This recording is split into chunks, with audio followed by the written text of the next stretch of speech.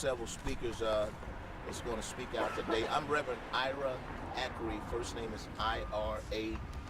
Last name is A-C-R-E-E. And I'm the pastor of Greater St. John Bible Church right here in Austin. And I'm also one of the founders of the Leaders Network, Chicago, Westside-based social justice organization. I'm going to speak. Our co-chairs, Reverend Marshall Hatch, Reverend Cy Fields, and our secretary, Sister Deborah Williams. I guess I should be saying Deborah Williams Thurman Saturday. So She'll be married on this coming Saturday. I'll get that together. We also hear from a resident, Brother Marshawn, business leader, is here as well.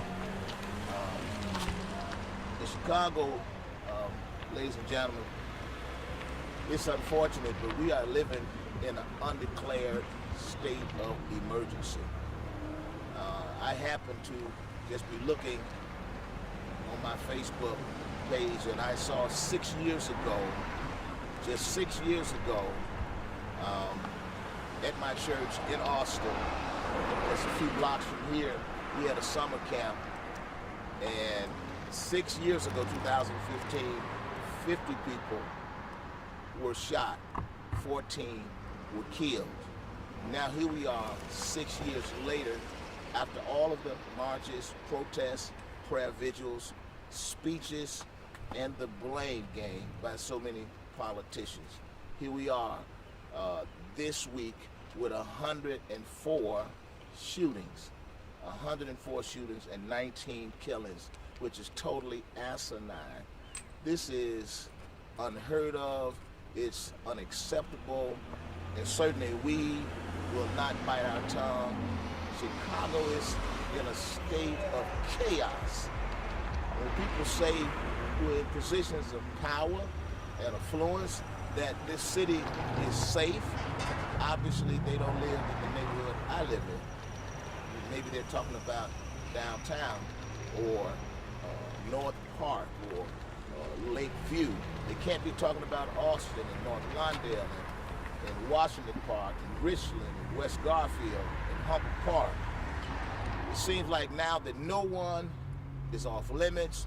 A 1-year-old child shot in the head. The police commander shot a black woman who came up through the ranks from one of our South Side neighborhoods. She was out here mingling with the residents. She got shot. We're here today as ministers and community leaders. As ministers, we pledge to do more in our efforts to combat the violence. We met with ministers and we said we need to do more. Of course, many of the ministers are already running programs, shoestring budgets, and to ask them to do more was like abysmal and crazy for some of them to hear that. But we have to do more because we have enough of people pointing the finger, the blame game, shamelessly. Listen, obviously our summer camps, your mentoring programs, your men's group, it's not enough. It's just not enough because we have 19 souls, their blood is crying from the ground. So for us, it's not enough to do what we've done in the past and come out and just throw the mayor and the police chief under the bus or families. We all have a stake in this. Quite frankly, I'm sick of the blame game anyhow, especially from people who are in charge of budgets and who have money and who have the power to tax people. Don't just blame, do something. So we call upon faith leaders. Listen, I can speak to you. We serve the same God, and we are people of faith. This is our community. I speak to all faith leaders.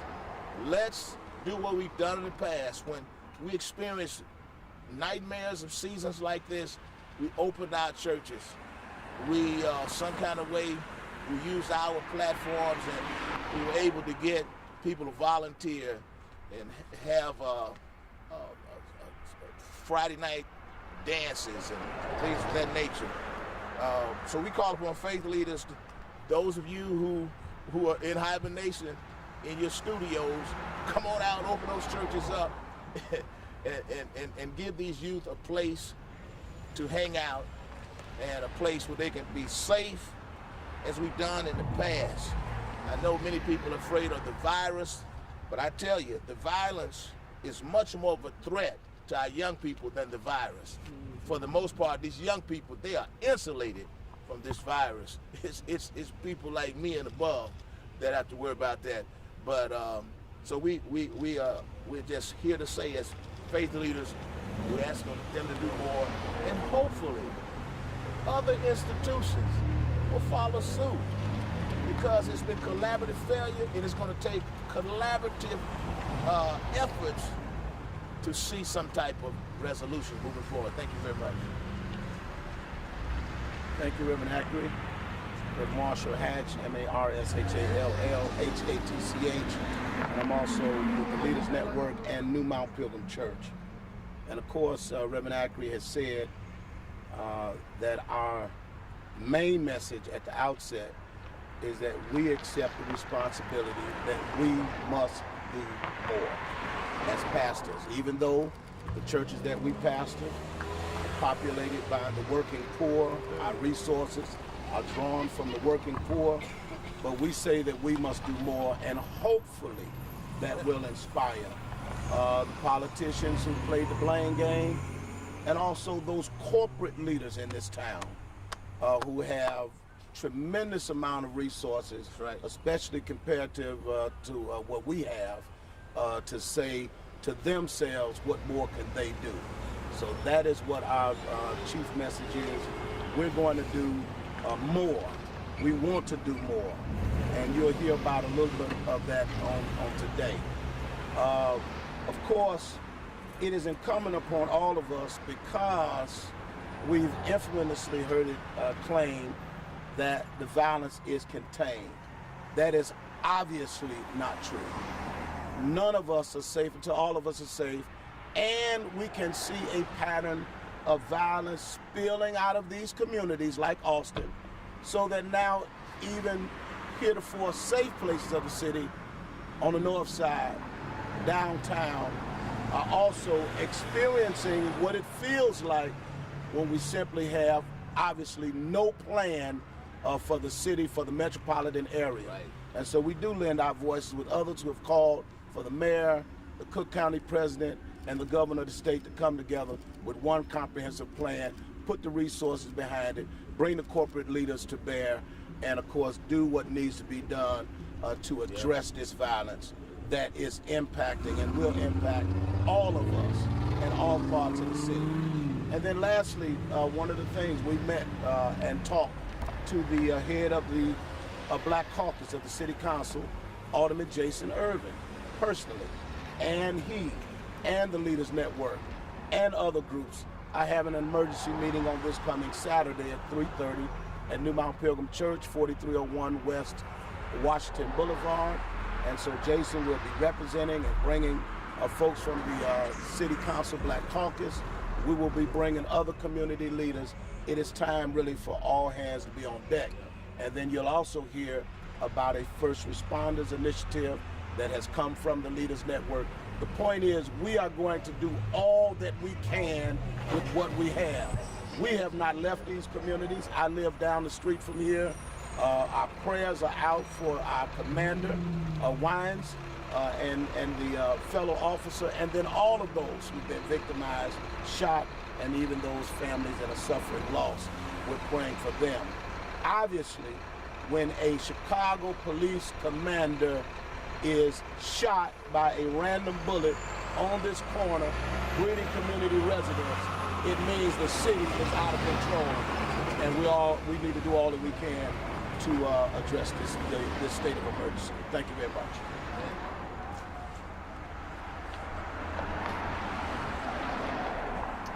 Hello, my name is Malcolm Crawford, M-A-L-C-O-L-M-C-R-A-W-F-O-R-D. And and I'm the director of Austin's African American Business Networking Association, an association of business owners that are located here on the west side.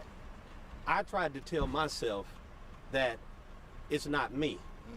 You know, it wasn't my son, that I don't live on that block, or try to find ways to justify my not having a reason to participate. But the more I thought about it, it's 100 today, but we have other holidays coming. So will we be back again to keep counting? I would say no. And whatever we have to do to join in with our faith leaders. I used to think that you keep faith and business separated, but we don't have customers if everybody's dead. And so those of us who are in business have to get together, join together, and work together to change this narrative so that we can grow our businesses and continue to grow here in the city of Chicago. Thank you.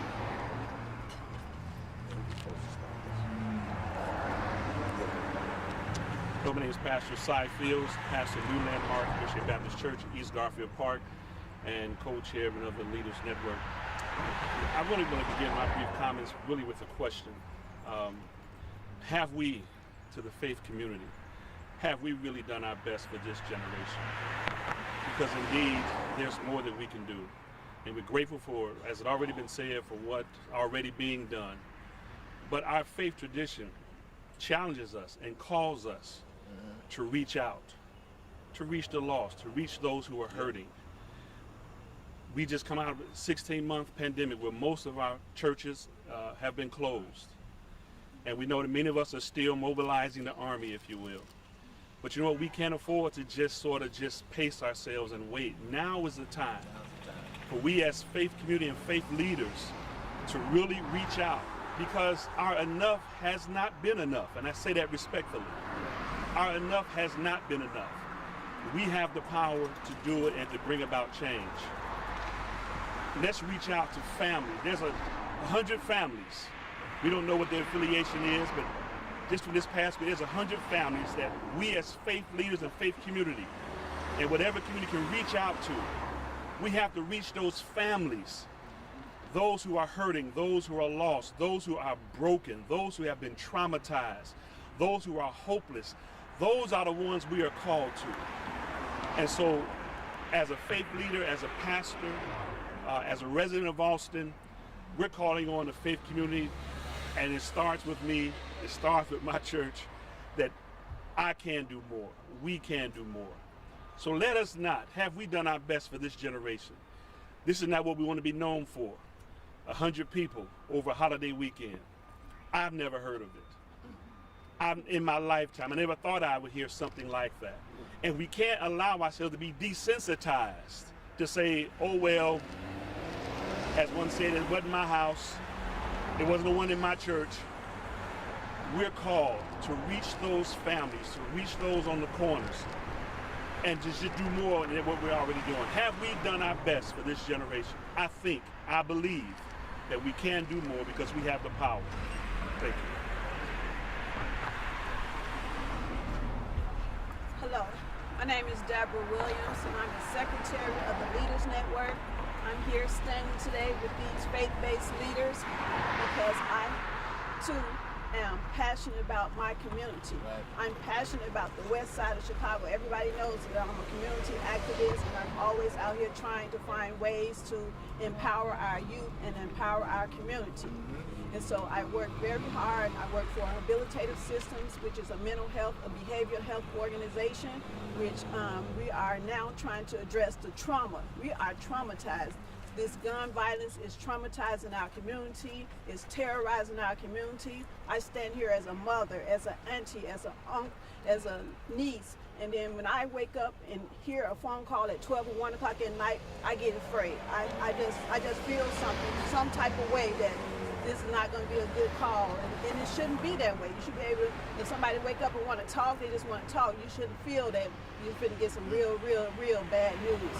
And so I stand here today to talk about an initiative that the Leaders Network started years ago, 2 or 3 years ago. We did a pilot program where we do first responders, where when we hear about these shootings and we hear about tragic accidents or whatever, we come to the rescue of the people in the community. We talk to them. We ask them what resources they need to get through this terrible time in their life. And so we're going to relaunch that initiative. In a couple of weeks from now, we're going to have another training. And this is all volunteer. Last year, or a couple of years ago when we started this, we had like 30 to 40 people show up for a first responder class to learn how to help their community, because we are passionate about a community. We don't want this to continue to happen. We want you all to put the guns down. The people that are shooting people, put the guns down. Let's talk about it. If you're feeling some type of way, get some help. Don't just bring out guns. That's not the solution. And so we are here today letting you know that we're about to relaunch. You know, we have those 30 or 40 people that joined us a couple years ago. It's time for you to get your shoes back on, because we're coming back out in the community. We're going to respond to this violence in a powerful way. And so please, everybody, put the guns down, start coming together, love your neighbors, talk to your neighbors, get some help, and we will be there. The faith-based leaders, your churches, talk to your pastors, get help. We are here and we are available, and we will see you soon. Thank you. David Cherry, president of the Leaders Network. You know, many of us who are standing here are already doing a lot of work. You know, some of us are putting in, 13-hour days, but when we hear about 13 children being shot in the weekend, we have to do more. Some of us are working within multiple churches and youth organizations and all other kinds of nonprofits. But some of us are putting in 100 hours a week just doing this work. But when we hear about 100 people being shot in the weekend, we have to do more. We cannot celebrate the successes that all of us have had and each of us have had in all of our organizations as long as the village is still suffering. And we have to do more. We're taking responsibility because someone has to. Right. And the fact is, we have to have a different approach. We have to look at how can we develop all these young people. We can't look at protecting the good kids from the bad kids. Like there's some young people doing some good things, some young people doing some bad things. If you don't develop the young people who are doing good things, they have the capacity to start doing bad things. But if you give development opportunities to young people who are doing bad things, they have the capacity to start doing some good things. So we have to begin to develop all of the young people in this community.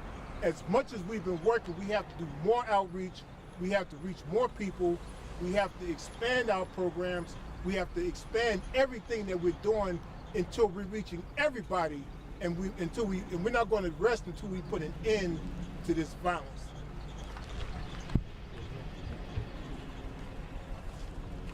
I'm Marshawn Feltus, M-A-R-S-H-A-W-N, F-E-L-T-U-S. I'm a resident, business owner, and more importantly, my feet are planted in this community because I believe that we can change. This violence erupted just steps away from my front door.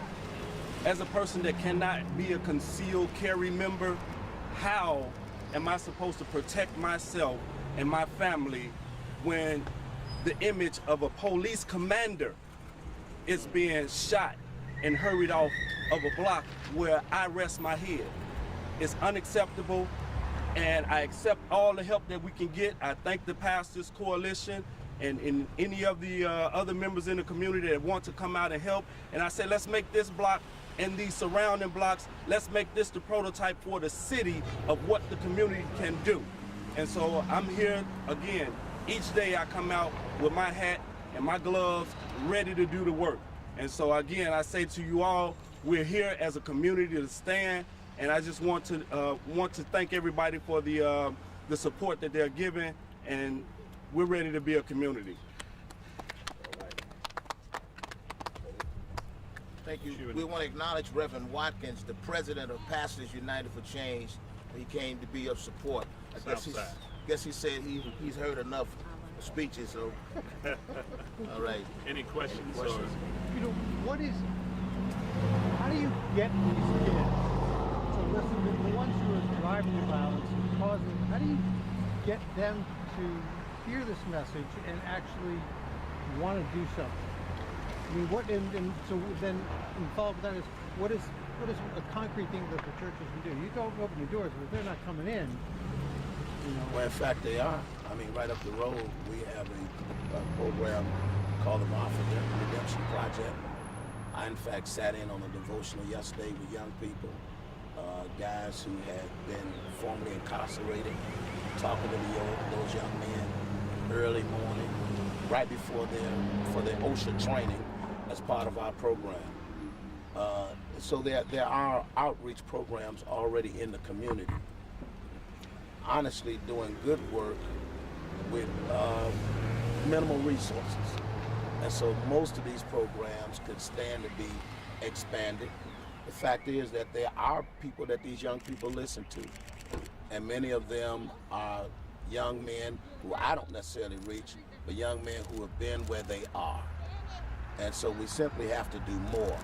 And I think that one of the suggestions that makes a lot of sense, in a state of emergency, the mayor, the Cook County Board President, and the governor should sit down and then come forth with a plan telling the people what they're going to do, bringing the corporate leaders also to the table who can't hide at a time like this. I think, quite frankly, all of us have skin in the game, and that's why we stand to take our responsibility. But what you've seen over this weekend is that young people in this community, unlike 40 years ago, don't necessarily stay in the neighborhood that they're locked in, that are under-resourced. They know how to travel. They use social media to meet up in places that are not in their neighborhood, which means that we really are one city, and that the leadership of this city owes all of us in every neighborhood at least their best effort of them coming together and finding out how they can concentrate resources to address this problem this summer. That begs the question, you don't think the best effort was put forward this past weekend by police, by the city, by... Well, whatever the plan was, if there was plan, it didn't work. It's horrific to watch these numbers and to know that the next weekend starts tomorrow night. It just seems to me that the mayor, the president of the Cook County Board, and the governor, the state's attorney, that all of them should have some kind of comprehensive response to this and not in their own little cycles. So, you know, what we're doing is we're saying whatever we've done, it has not been enough, and we pledge to do more. And I shared, we met with the chairman of the caucus for the Black Caucus for the City Council. We'll be meeting on this coming Saturday at 3:30, pulling together men in the community and other interested parties to say what more can we do. And we want everybody to take that attitude. What more can they do? And by all means, quit the blame game. Let me just say something too about that. You mentioned about these, the reporter says that if you open your doors, they're not coming. That is not true, because this guy right here started a program years ago called Safe Haven. Hundreds of churches throughout the city. This brother here, he pulled 100 of us together, and you should have seen the numbers of how young people populated these faith houses of institutions. I mean, we had crumbs, but nevertheless we sustained it. This same year, we were getting ready to move forward again with our safe havens, and then we get a message from the city that that budget has been cut. No safe haven, right? What is that called? CPS. And but nevertheless, you know, Reverend Hatch always teases me about this, but I said, man, forget them.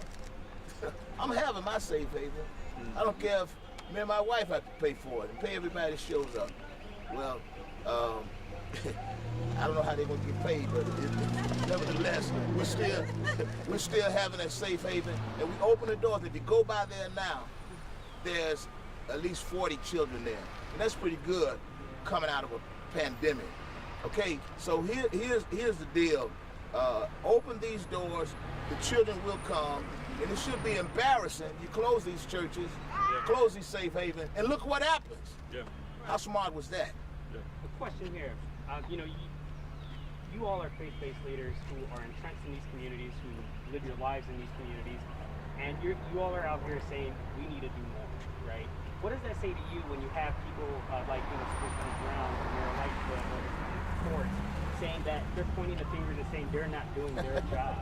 What message does that send to you guys that are out here saying, yeah, we need to do more, but the government or the people who lead the city are not necessarily taking When we saw these horrific numbers, and we just didn't feel like we wanted to point the finger at anybody else because we couldn't see what kind of good that would do. And that is why we accepted responsibility and said, what more can we do? What more can our churches do? What more can we do as community residents? And hopefully that will inspire others who are now pointing the finger at each other as if they have done all that they can do. If we all take the attitude and say, what more can we do? And again, as Reverend Ackers said, if it's a state of emergency, then it seems to me, again, that those who are in leadership should call their own emergency meeting and then decide and determine what way can they best coordinate all of the resources they control. And then we've been at this juncture before. We have corporate leaders in this town who live in Winnetka and other places, but who make their money in the city, their corporations, Boeing Airlines and others. They need to be brought to the table, and that's normally something that the political leaders can do, so that we can see some kind of concerted effort to suggest that this is the state emergency that it is. I mean, right on this corner, a police commander shot by a random bullet. How safe should we be now, that being the case?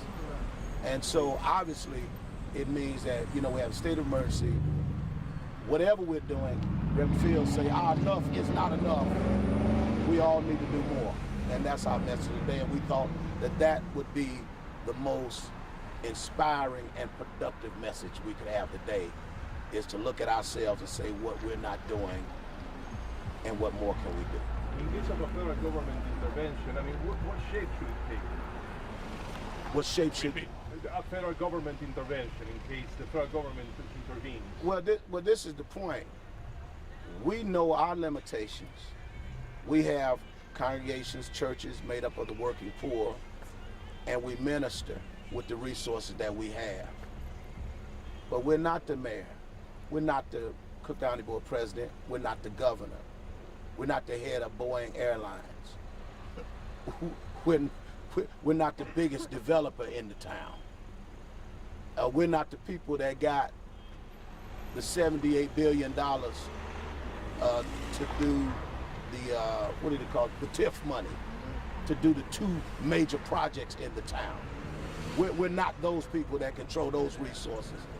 But we felt that if we stepped up and said what we would do, that they should be inspired, or some enterprising journalist should therefore ask them, now what are they willing to do? Can I ask a question? This is really for the media. Yeah, right for now. me. But we're going to talk to you after. I want to know, why don't we know what's going on? She can ask the question. Go ahead. Okay, Why go ahead. don't we know what's going on with our neighborhood? And how are the churches effectively communicating with us what's going on? Like, how are you getting to the people, and how don't we know what's going on? There's so much stuff going on in my neighborhood. That's why I have to stop right here, right now, because I don't know. I don't know. Things are getting built. I don't know what's going on, and I want to know, how can I know? I'm a taxpayer, a homeowner, and I don't never know. I just see so much new stuff going on, and I don't know. I don't know what's going on. So how can we get that to the public? Thank you for asking that question. But the way you can get involved is you can get your information to one of these churches. I go to Westside Health Authority. I just left a stakeholders meeting. They got something going on Chicago Avenue in Laramie. They're taking over the bank building. We didn't know about that. They didn't go door to door to taxpayers. They didn't say anything to us. We don't know. You know, I feel like it both ways. Like, I don't know what's going on. I just know it's a lot of underhanded stuff going on for me to stop the car that I was in to act. We don't know. You know, I just have those questions for the church, for the media, for whoever. That's what I'm into. I'm involved in my community. Right. And So everybody I'm glad is you're segregated. passionate. That's what I'm And saying. We yeah, need I'm more really passionate people like you. But it's not forming together. That's what we're here It's today. like a secret. Like I wasn't aware of this. That No one is at my door hand in hand. Like, this is what the church is doing. Can you get involved? Right. It's like clicks. So we're about to relaunch that effort in the next couple weeks. So if you get your information to us, we want to get you involved with that. We are about to relaunch that information of getting back down to the grassroots people. We're also standing here today asking our mayor, the governor, and everybody else to put together some resources so we can get down to the grassroots level of people. Stop, just having these press conferences on TV that you all are not watching it. But if they give us some more money, some more resources, we can go door to door and let you all know what's going on. So that's what this whole press conference is about, is to get the government involved. Because it's and make starting sure to just they put look more like we resources. begging on TV. And Right. I want to know what's... Right, we're begging for help because we're in a state of emergency. People are All through dying the West Side, every day. different People are organizations. dying every day. This is an emergency. We're not even in a Do you war. remember Westside Health Authority? I go to, yeah. Okay, well, I think Miss Jackie Reed can They help. make meetings every day, and, we don't know all the reasons. We find out stuff from the media now. Right. Right. Okay, listen, you got another. I gotta go. So You she's got going to another get question? your information right there. Real quick, Robert Hedge, sure, you were talking a lot about the county board president, the governor, the mayor. Where are the police for them? We've got both CPD and Cook County Sheriff here. We've got Superintendent Brown saying one thing, Sheriff Tom Dart saying another, and then we've got all the other politicians saying something else completely.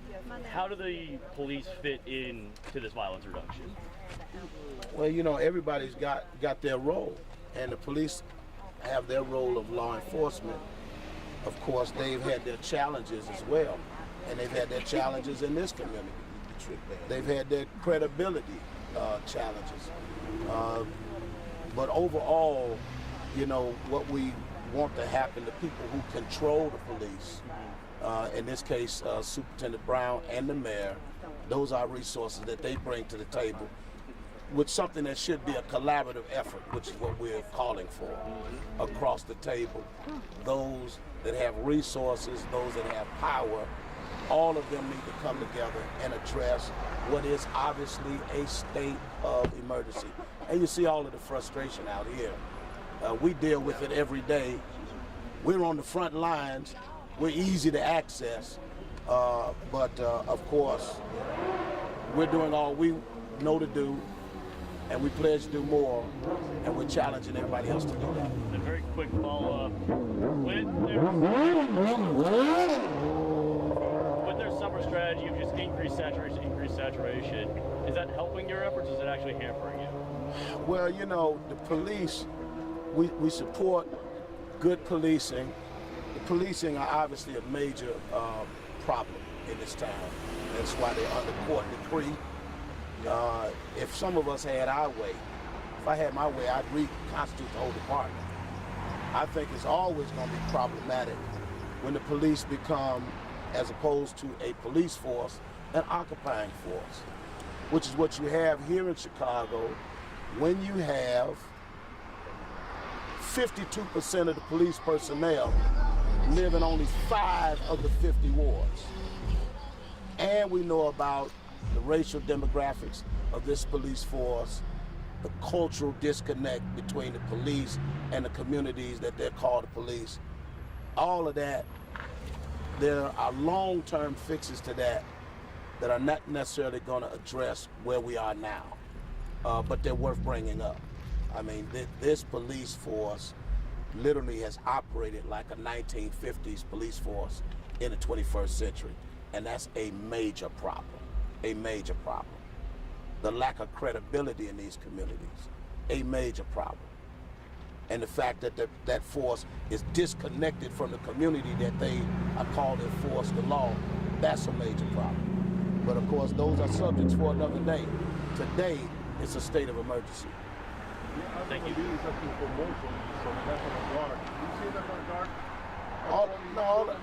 I'm gonna leave that to the politicians today. I'm gonna leave that to them, and that's a dialogue that probably needs to be had, not at a press event. You know, about do we want to see the National Guard in our streets? Yeah. So I mean that's something a little more.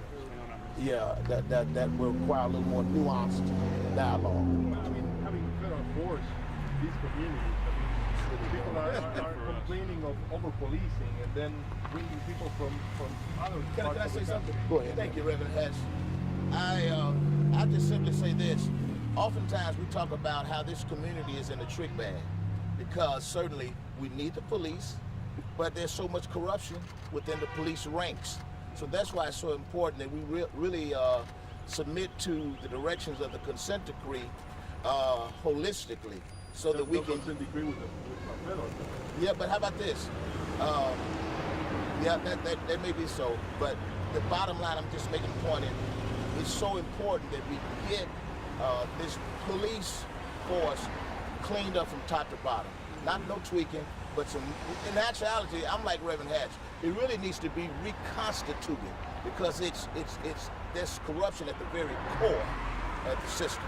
So that's the challenge that we have in this community. Until we get this corruption out of the police department, we're going to always have these issues with the police and community relations. Thank you very much. Thank you. Thanks. I miss you. Happy New Year. Happy New Year. Right. Happy New Year. So